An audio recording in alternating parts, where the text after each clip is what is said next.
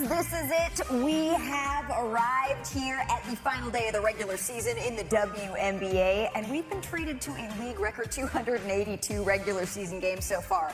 And yet, there is still so much more that is going to be decided tonight before the clock strikes midnight on the East Coast and the playoff picture, it really crystallizes. In fact, only one playoff matchup is somehow set heading into the final night of the regular season. So, you know, we had to say hello to our queen of all things WNBA, Shanae Ogwumike. I don't know if we can narrow it down to just one, Shanae. So walk us through the most important storylines. Hang on, I gotta get a pen because there's so much going down tonight. Let me tell you guys, there are two important games. I know all of these are technically important, but there are two to keep your eyes on. Right. And the game of the year might actually be the last game of the WNBA regular season. Las Vegas Aces at the Los Angeles Sparks. Happy that you're gonna be there. The reason I say this is because the Las Vegas Aces have an opportunity to lock up the number 2 seed. If you're number 3, if you fall down there, you only host one round of the WNBA playoffs. So they want to host multiple rounds. And of course, there's the opportunity for revenge. Also on the Los Angeles side, Kelsey Plum playing her former team. Maybe she wants to play spoiler, knock them down. But also the Las Vegas Aces, every team that has gone 15-0 in a season has won a championship. They're looking to go 16-0. They're trying to ride being the hottest team in the WNBA. Watch out for that last game of the year. But also, it's not just a battle at the top. It's the battle at the bottom. I want you guys to take a look. But by the way, like, if the Aces win, this is what the standings would look like. Thanks, Aces. If the Aces lose, this is what the standings, they drop to 3. And again, home court implication. Got it. It's also a second battle that is actually truly interesting. It's the battle at the bottom. I want you guys to look at the game between the Minnesota Lynx and the Valkyries. Because the Minnesota Lynx, they also can control their destiny. We already know that. They are locked at the number 1 overall seed. But the Valkyries, they have yet to beat the Lynx. They're 0-3 versus the Lynx. If they beat them, they avoid them. Now, if they end up losing, it's going to be interesting because then you have the Seattle Storm in the mix as well. Right. So these are the scenarios. If the Valkyries win, they avoid them, the Storm get them. The Storm is something that's interesting because they split against the Lynx, 2-2. If the Valkyries lose, they have to face their opponent, who they have yet to beat. And we don't know yet if Napheesa Collier is going to be giving it a go in this one. She is a game-time decision, right? Yeah, exactly, yeah. So there's a lot to keep an eye on, but the last game, obviously with the Aces and the Sparks, but also this game here between the Valkyries and the Lynx, those are the two that will actually truly set the standings in the WNBA playoffs. It is going to get wild in this final day of the regular season. And lucky for us, not only is Shanae here with us all show long, we have a couple of very special guests lined up for today's show. In just about 10 minutes, Valkyries head coach Natalie Nakase is stopping by to introduce the world to playoff Valhalla. I'm really excited to talk to her about how her squad is exceeding expectations, her Coach of the Year case, so much more. And then the reigning MVP, A'ja Wilson, also joining us a little later in the show. At 3:45 Eastern, we're going to be talking all things Aces, Shanae, and that streak that you mentioned, and what an unprecedented 4th MVP would mean for her. So we're going to get to all of that. But for now, we turn our attention to the NBA. That's where the story between Kawhi and the Clippers, it continues to develop. Remember, last week, the Pablo Torre Finds Out podcast reported that Kawhi had an alleged $28 million no-show endorsement deal with the now bankrupt company Aspiration in what many have questioned as a cap circumvention. Shortly after the report, Clippers owner Steve Ballmer, he denied these allegations to our Ramona Shelburne. Up front, I want to say one thing very clearly. We, the Clippers, have abided by the salary cap circumvention rules because that's the right thing to do. And we have done that. I happen, for what it's worth, to think it's a very important rule in terms of promoting competitiveness and equal playing field across the league. But whether I agreed with it or not, it's the rule. And we've absolutely abided by that. So a very clear denial from Steve Ballmer of any salary cap circumvention. And at yesterday's Board of Governors meeting, Commissioner Adam Silver, he stated it will be up to the NBA to prove any wrongdoing by the Clippers, and the league needs to look at, quote, the totality of evidence rather than just, quote, mere appearance. But he made the potential ramifications clear to our Vince Goodwill. How broad do your powers extend as far as the collective bargaining agreement, as far as penalties you can assess to the Clippers, to Kawhi Leonard? My powers are very broad. A full range of financial penalties, draft picks, suspensions, etc. I have very broad powers in these situations. So that is what could be on the table if the league hired New York law firm looking into that relationship between Aspiration, Kawhi, and the Clippers finds any wrongdoing. Now, one central question in these allegations has been, since the company Aspiration was struggling financially, how were they paying Kawhi Leonard this alleged large sum? Well, Pablo Torre, he had new information on his podcast, which released Thursday morning. Something happened just 9 days before the wire out to Kawhi's KL2 Aspire LLC for $1.75 million on December 15th. On December 6th of 2022, a wire in from DEA 88 Investments in the amount of $1,999,999.59. According to my 7 sources, as well as Aspiration's internal cash forecast for sponsorship payments, which is a spreadsheet I obtained, one of the company's absolute top priorities, despite the total financial show enveloping this company, was simple. Pay KL2 Aspire LLC. According to this Green Bank's Silicon Valley Bank statements, please tell us when exactly Aspiration finally does wire their months-late second payment to Kawhi Leonard. December 15th of 2022. On December 6th of 2022, a wire in from DEA 88 Investments. I said to myself, should probably look up the registered agent on file, and it turned out to be a man named Dennis. Not Uncle Dennis. Dennis J. Wong, our different Dennis, is the vice chairman of Los Angeles Clippers. So as we welcome in our senior NBA insider, Brian Windhorst, Brian, I think it's important to note here that overdue payment to Kawhi, which Aspiration made a priority amidst this financial turmoil, it was allegedly made the same day as it laid off 20% of its workforce. That's according to Torre. So there's a lot to process here. Let's distill it down. What do you think is the single most important thing to take away from this new information? The details that Pablo revealed last week were incredibly compelling. They also allowed the Clippers to have plausible deniability. That did not mean they were innocent, but when Steve Ballmer came and had that interview with Ramona Shelburne, he had plausible deniability. And as Adam Silver said, the burden of proof was on the league. These revelations that came out today had substantially less plausible deniability because of the amounts, because of the relationships involved. This one is going to be harder to explain. Now, Adam Silver made it very clear yesterday that it is dangerous to take a snapshot of something, especially when you're talking about very complex financial records, and that he would encourage and allow the investigation being done by Wachtell Lipton out of New York to play out before doing anything. Considering this is not just the vice chairman of the Clippers, but also their alternate governor, Dennis Wong, this probably will widen the scope of the investigation. And like I said, in the court of public opinion, which is not relevant, this one is very much harder for the Clippers to eventually have to explain. And again, the appearance of wrongdoing is different than a finding of wrongdoing, which Adam Silver was very clear to hold judgment until the investigation has completed its course, which could take longer if, like you're saying, this requires a finer tooth comb. But Brian, what are you looking to hear next? Whether that's from the Clippers at Media Day, Kawhi Leonard himself, where we hadn't heard weigh in, what do you think is the next chapter here that NBA fans should be paying attention to? Yeah, so it's very hard to predict because we're talking about a company that is defunct, that seems to have disgruntled employees, ex-employees who are releasing internal documents. And because of that, there's an incredible amount of unknowns. When the NBA has power to do an investigation, they have rules in their bylaws where they can investigate the teams. They can take the cell phones of Clippers employees. They can look at Clippers email documents, but they can't look at other companies' financial statements. And because those unknowns are there, it's very difficult to predict. Obviously, we will hear from Kawhi later this month when the Clippers gather for training camp.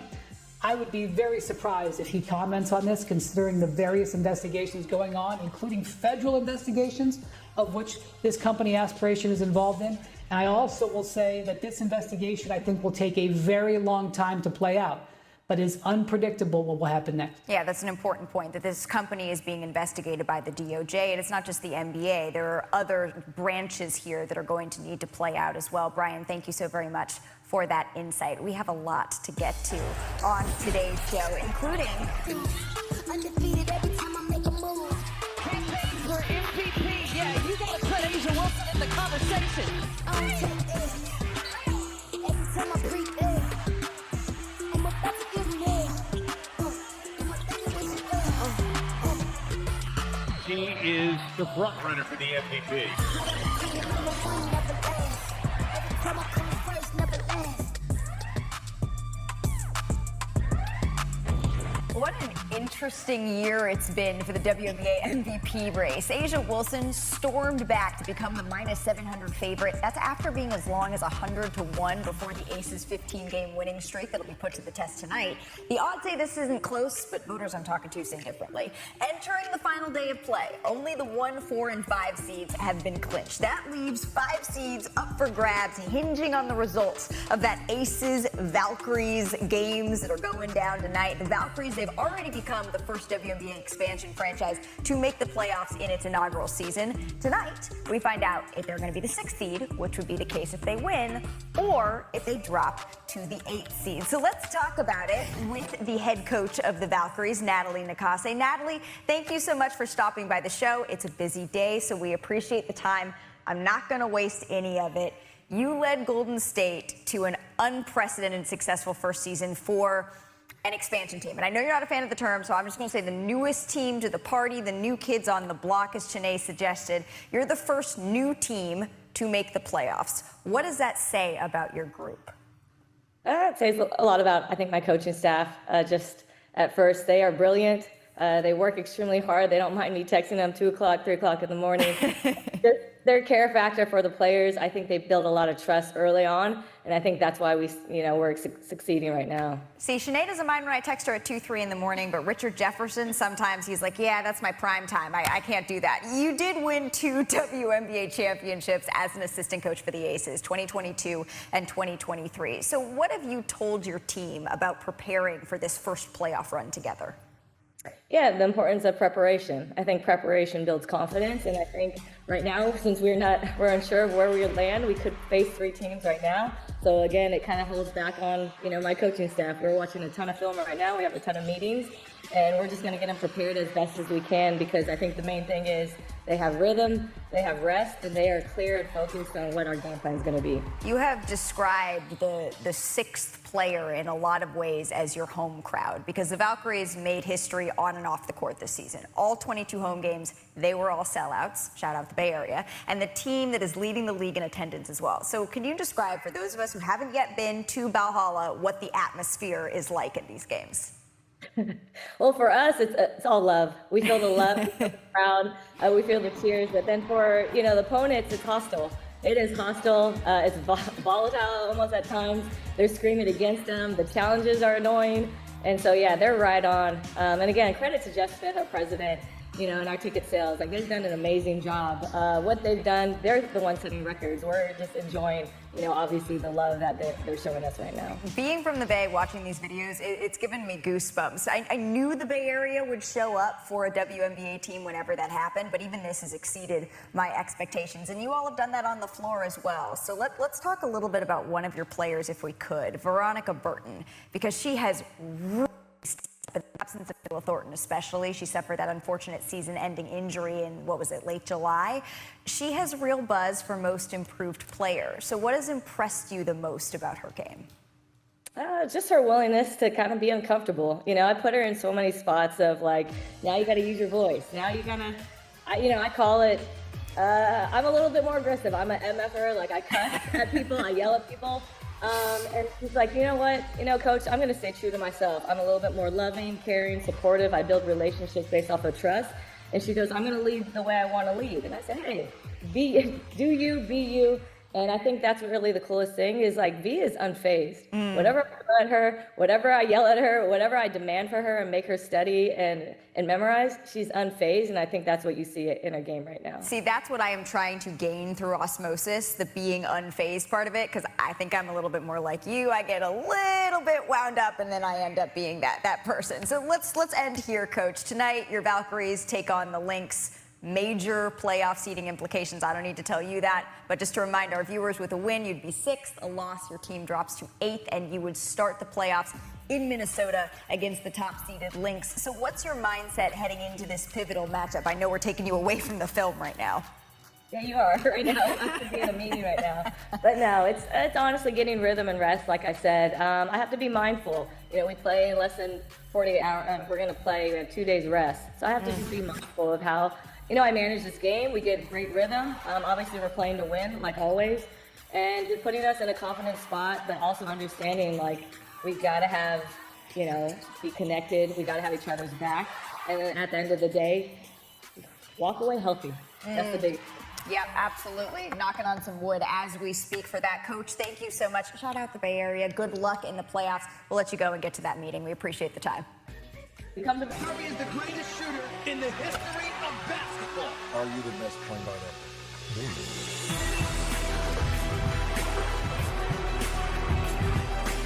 Stephen Curry. It's good. The Golden State Warriors select Stephen Curry. Puts the defense behind the back. That could be the greatest move I've ever seen. The first unanimous MVP is definitely special. Curry, way downtown. Bang! Oh, what a shot from Curry! The 4th title in 8 years.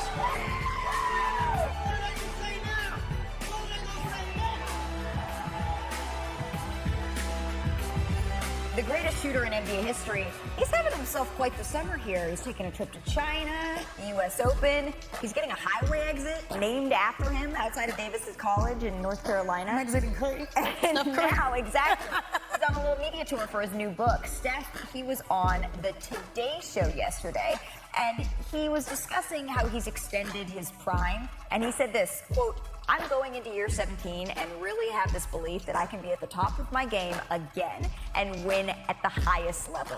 He is 37 years old. He led the league in three-point shooting last year. Brian, do you believe that Steph can still reach that apex level here?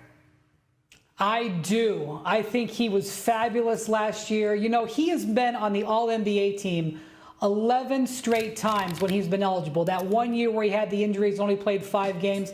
Other than that, 11 straight years. He's led the league in three-pointers in 4 of the last 5 seasons.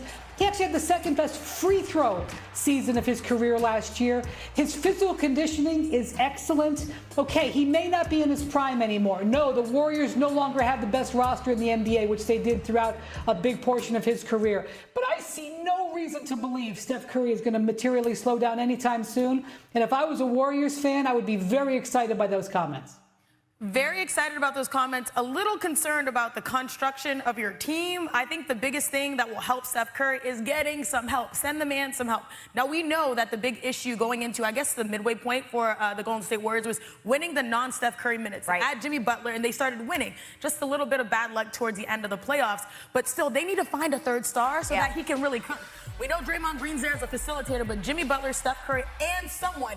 Now, I know the asterisk is around Jonathan Kuminga. That situation, figuring that out, navigating that. But if they're able to find that star and improve, that is where Steph Curry will truly shine.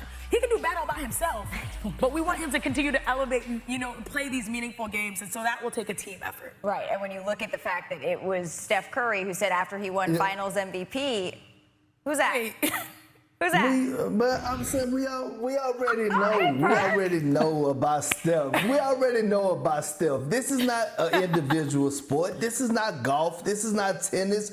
You need a team, right? And not only do you need the team to help you win the championship, because that's what Steph is trying to do towards the last part of his career, is bring home number 5. You need to limit the distractions. And right now, it's still a distraction right now for the Golden State Warriors and Jonathan Kuminga. Shanae, you just alluded to, you just talked about it, right? What are they going to do with him? They need a third star. Can he be that third star? A guy that you drafted in the lottery, a guy that shows he has a promising future, and you're still in the midst right now of having turmoil with this young man as far as his contract negotiation. He don't feel wanted. I don't know if he wants to be there. I don't know if Steve Kerr really wants him to be there. I don't know if Steve Kerr really believes in him. So when you talk about Steph Curry, we know he's going to do what he's supposed to do. He's going to max out. But again, you need the organization not to have distractions. And right now, this is a huge distraction, and you don't need that going into this season, into training camp. Perk, you basically want Jonathan Kuminga, his presence to be felt, right? You know, for them to make a decision. I thought you would come in Debo in this segment. You just were like allow me to reintroduce. I thought you were gonna come in stronger, Perk. You know what? Came in too smooth with It's it. only Thursday. We still got another show for him to make sure to reach that level. But Perk, since you brought it up, that 1-year qualifying offer, $7.9 million, right? That's what's on the table, and that would give Jonathan Kuminga an implied no trade clause and allow him to become an unrestricted free agent. That's next season. So Kuminga, the clock's ticking. He has until October 1st to sign that qualifying offer, or they could agree on a longer deal, but that hasn't come to fruition in the last couple of months, and time is getting pressed. So Brian, how much of Golden State's success this season do you think is going to hinge on what happens with Kuminga? Because we certainly have been talking about it a lot. I think it's what happens with Kuminga's salary slot. And so that's what the real thing is here. Kuminga has not been able to establish himself with a solid role. And when he's often been at his best, it's when the other Golden State Warriors players haven't necessarily been on the court. And so what the Warriors have been trying to do here, although they would never announce this, is they're trying to sign Jonathan Kuminga to a contract that enables them to trade him, because they know he does have value elsewhere in the league. Kuminga naturally wants to be paid like he has proven it of his talent. And so that's why they've been at loggerheads, especially in a market that is closed to free agency. Free agency is essentially over. And so I do believe that Kuminga is going to start this season on the Warriors. Yeah. And I do believe there is still a window for him to get a multi-year deal. However, I understand why both sides are dug in. I agree with you. I do believe that Jonathan Kuminga is going to start the season on the Golden State Warriors, but this is a team that hasn't been able to make any other free agency moves because they've sort of been waiting on this domino to fall, and they've been waiting a long time. But while we're talking about Steph, Perk, there's something else I would love to get your thoughts on here, because he said, again, this is on the Today Show, that I think this is the most skilled era of basketball history. So, Perk, what do you think of that? Ooh.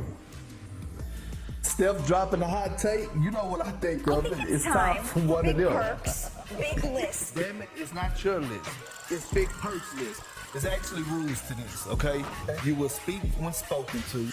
Give me some energy. Bam. That's it. Bam! Bam! Bam! Put it up there. It's not your list. It's mine.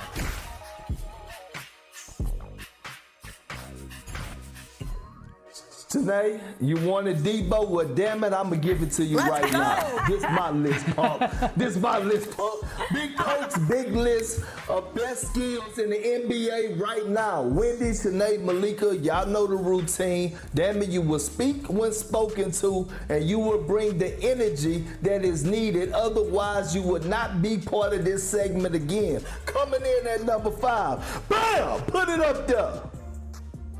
SGA averaged 30 over the last 3 seasons, shooting over 50% from the field. You know why? Because he brought the mid-range shot back, and it is a skill, a high-level skill, the best to do it, for us being able to create space and be able to put the moves and get into his bag to shoot efficiently from the mid-range spot. SGA 6'6", a monster, usually guarded by tough defenders. He's number 5 on my list. Wendy, where you at? I need you for number 4.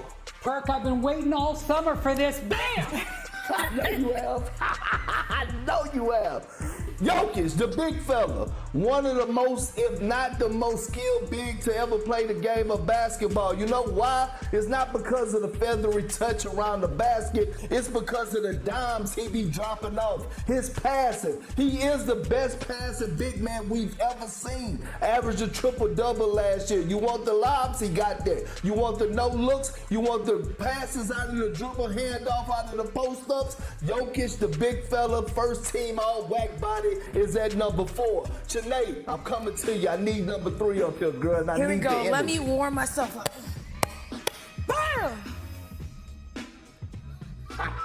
Put it up there. Steph, the greatest shooter of all time. Yes, we talk about knowing he can knock down shots. We know that he can finish around the basket, but those handles are elite. Right under Kyrie Irving, if you ask me. There's no taking the rock from Steph Curry. You talk about the green eye assassin, that's him. With the handles, put anybody on the island and mix it up, doing it at his best. Number 3, Steph Curry, is on my list. Malika, where you at? I need your energy here for number 2. Since we're talking girl. Bring Debo, it. since we're talking Friday, bye Felicia, bam! Hey! And we talking Rockets, the wrestler, KD, because of his ability, Mr. 50, 40, 90, to be able to create and get buckets out of the isolation at 7-footed. I don't care if he talk about he's 6'11", the man's 7-footed, right? We've never seen this before. It don't matter who you put on him, double team, triple team, you know my name, it's KD. Now coming in at number 1. Number 1 right here, I think we all agree. Bam! Put it up there. Kyrie Irving. The most skilled player to ever play the game of basketball. We know he got the handles at 6'2", 6'3", the post work, but it's the finishing around the basket, playing below the rim, it amongst the trees. Nobody does it like Kyrie Irving. You want the right hand finishes, the reverse lays, he giving you that. You want the left hand finish, left hand floaters at the rim, he's giving you that. Again, this is my list, punk, like Debo say. Big perks, big list of best skills in the NBA right now. I have 2 things up for consideration, Perk. I know you're sweating, so I'm gonna give you a moment to cool down. Where that I have 2 skills right very high on Perk's list, okay? The first skill is, what about like two-way player defender, adding that? Because SGA also was top in steals, but also the MVP. So that's 1. And then 2, are we just missing out on like basketball IQ? I think about LeBron James, the reason why he's entering, what year is it, 22, 23? Where are we at? Yeah, like IQ is still a very valuable skill, right? I'm interested that it's Who kind are you taking off? Oof, don't make me play with that. I'm just suggesting. No, suggesting. Sinead's honorable mention that we're adding when we expand the list to 7. We love a Perk list. We also love the all-new ESPN app. We're going to let Perk turn his fan on and tell you that this is the best way to watch sports. All of ESPN, all in one place with live games, live stats. Plus, you can track your fantasy teams and personalize with your favorite leagues, teams, and players. Hey, coming up next here on NBA Today, we've got the 3-time MVP, Asia Wilson, how she's feeling about the Aces title chances, and what would a 4th MVP? That would put her in a class all by herself. Stop me, maybe, when you see the number of players you think are better than you in the league, right? This might be the most impressive season when it comes to the leadership of Asia Wilson. I just want to be up there in the grades. Whatever that looks like, and to be up there, you got to win some. Asia Wilson is a bad girl, and I mean that in a good way. All is well when Asia Wilson's on the back line. Campaign for MVP. Yeah, you got to put Asia Wilson in the conversation. The numbers that she's been putting up over this 15-game win streak now for the Aces are insane. I find beauty in adversity. We're on the right trail and the right track of where we want to go. So here's a look at all the teams that Las Vegas has taken down during their 15-game win streak. 9 of those victories, by the way, they've come against playoff teams. 6 have been against teams with a 600-plus win percentage. So let's talk about Asia Wilson. She has dominated during this win streak. She was dominating earlier, too. But she scored over 5 more points a game than any other player in the W, while also leading the league in blocks per game and ranking 2nd in rebounding in this time. And here she is now, the 7-time All-Star, 2-time Defensive Player of the Year, 3-time reigning MVP. She really needs some introduction, but we give it anyway. Asia Wilson, thank you so much for stopping by NBA Today. Yes, thank you for having me. We always appreciate the time. This has been quite the turnaround that we were just looking at there. We would have been having a very different conversation 2 months ago, right? You're riding a 15-game win streak. It's the longest win streak we've seen in this league in a decade. How much sweeter is that, given the way you all started this season? Obviously, it's a lot more fun. When you're winning, everything seems to be great. But we have a lot of things that we need to work on, but we're definitely really happy at where we are and how we're just playing. I think when you're playing the right way, that's what makes the difference between the wins. And we're learning how to grind out wins because we were in the trenches in the early of the season. So it's been a lot of fun kind of just playing the right way. I love that you told my sister, not just because it's my sister, that you all sort of learned some things about yourselves when you were in those trenches. I know you don't forget, but maybe for fans who blocked this out or something, it all started after that 53-point loss to the Minnesota Lynx. What did that moment feel like? I know you don't want to go back there, but would you take us back there for just a second? And how did it fuel this? Yeah, I mean, I don't mind going back there at all because it was an embarrassment. When you get embarrassed on national television, that is a whole different type of embarrassment. And so we really had to come together as a team and figure out who are we? Who are the Aces we want to be? And I think you then saw that. And obviously, I also feel like we were due for something good considering how we started. But no, it was just a matter of time for things to get clicking. And we kind of looked at each other and then looked in the mirror and just wanted to be better for each other. And I think that's what got us the next step. Is it was never about just what can I do? It's like how do it for the next teammate. And I think that's kind of what you see now in the Aces. We know that Thursday's game, it takes on a little bit of a different tenor in terms of what it means for seeding. But do you all talk about why not? Why not just end the season on a high note and go for 16? Yeah, I feel like that is just going to be us regardless. We just want to go out there and play the best basketball the right way. And we always say it's never about the opponent. It's never about who we're playing against. It's going to always be about the Aces and us. And if we play the right way and learn and grow together, that's a win in our book. So, of course, we want to keep the streak alive. Of course, we want to continue to play and win games. But we don't just show up to games and being like, oh, hey, should we do this or should we do that? No, we have to be the Aces every single time we step on the court. And riding that momentum into the postseason, playing your best basketball at the best time and most important time of year, right? Your individual numbers, Asia, they were there all season. The wins weren't. And you had a really eloquent way, an eloquent analogy, I think, for that. Let's listen together. Told myself after All-Star break to just let the game come to me. Like it's going to be what it's going to be. And if I try to harp it and force it because I want this win so bad for my team, it's like forcing a fart. All you get is shit. So like I've just really like learned to be patient with myself, but also my teammates. And so I think that game kind of showed it. That's going to go viral. Chelsea was right. It did go viral. Mount Rushmore of quotes right there. How many times have you watched that back? Are we putting it on a T-shirt yet? An amazing fan actually had it on a T-shirt, which was crazy. I don't know. I feel like in my household, we love analogies. We love just putting things together so people could get a real understanding. And I feel like people understood what I understand. Like I didn't mean it in a crazy way, but don't force it. Just don't force it. I guess the natural next question is, does that come from experience? Please don't answer that. But I'm hoping you have just as descriptive of a thought on how this team is playing now. If that was the analogy for then, what's the analogy for now? Ooh, I don't even know. I feel like I'll have to say the analogy that Becky kind of told us. She was saying, lions wake up every morning and they know that they have to be faster than the gazelle just to eat. And the gazelle wakes up and knows that they got to be faster than the lion just to survive. And it's every single morning you have to wake up and say, I want to be better just to survive and just to eat. And so I think that is our analogy right now. It's just like some days you could be a gazelle and you're just like, let's get through, let's survive. Some days you can be a lion. It's like, it's time to eat. Let's go for it. So I think that's where we are today as the Aces, and it's just figuring out who we want to be, where we want to be, but we're playing good basketball at the right time. I love that analogy. Was Becky wearing the pink wig when she gave that to you all, or was this sans pink wig?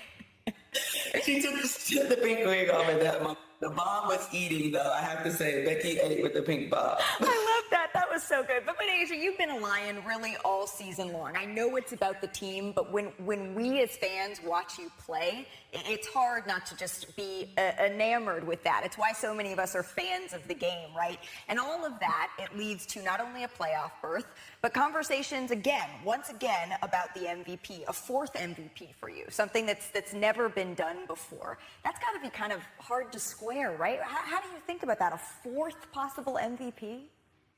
It's crazy. It really is. But I'm honestly just blessed to be in the position that I'm in. Honestly, just to have my name in these conversations and on the list of greats when you're talking about the WNBA. And every single time I step foot on the court, I don't take a moment for granted. I know that entertainment. I know that I'm trying to, wow and woe the fans, and we as the Aces are trying to play just good basketball, and that's what it's truly all about. I love what I do every single day, so if it brings another MVP, let's do it, let's go for it, but if it doesn't, we still gonna do it and go for it again. So I'm grateful, I'm blessed to be just surrounded by an amazing team that helps me just be who I am. That joy is contagious when we watch you play. Nobody has ever scored more points in a single game than you. Nobody's ever scored more points in a single season than you. Nobody has had more 40-point games, Asia, than you. You're the first player to ever have a 30-20 game. So stop me maybe when you see the number of players that you think are better than you in the league right now. A1. Hey, So let's end with the most unfair question of all. The most unfair version of that childhood game, Would You Rather, which I always gave me a little bit of anxiety as a kid, right? Another chip or a fourth MVP? Why do I have to choose? Come on now. Bingo. I want it though, but give me a chip. A chip is nice. Why can't you do both? Asia, thank you. I so appreciate you. Good luck with the rest of the season and the postseason. You all are so much fun to watch. Thank you so much. Well, it gets started this Sunday, and I can't wait. The WNBA playoffs, they get underway. We have a quadruple header. Games for you, 4 game ones. That's on ESPN and ABC. Now to some sad news. Jason Collins, the retired 13-year NBA veteran and first openly gay player in the 4 major American sports, who now serves as an ambassador to the league. He is undergoing treatment for a brain tumor, his family said on Thursday. They added, quote, Jason and his family welcome your support and prayers and kindly ask for privacy as they dedicate their attention to Jason's health and well-being. That is what Collins' family said in a statement released by the NBA. All of our thoughts here on NBA Today are certainly with the Collins family. We'll be right back.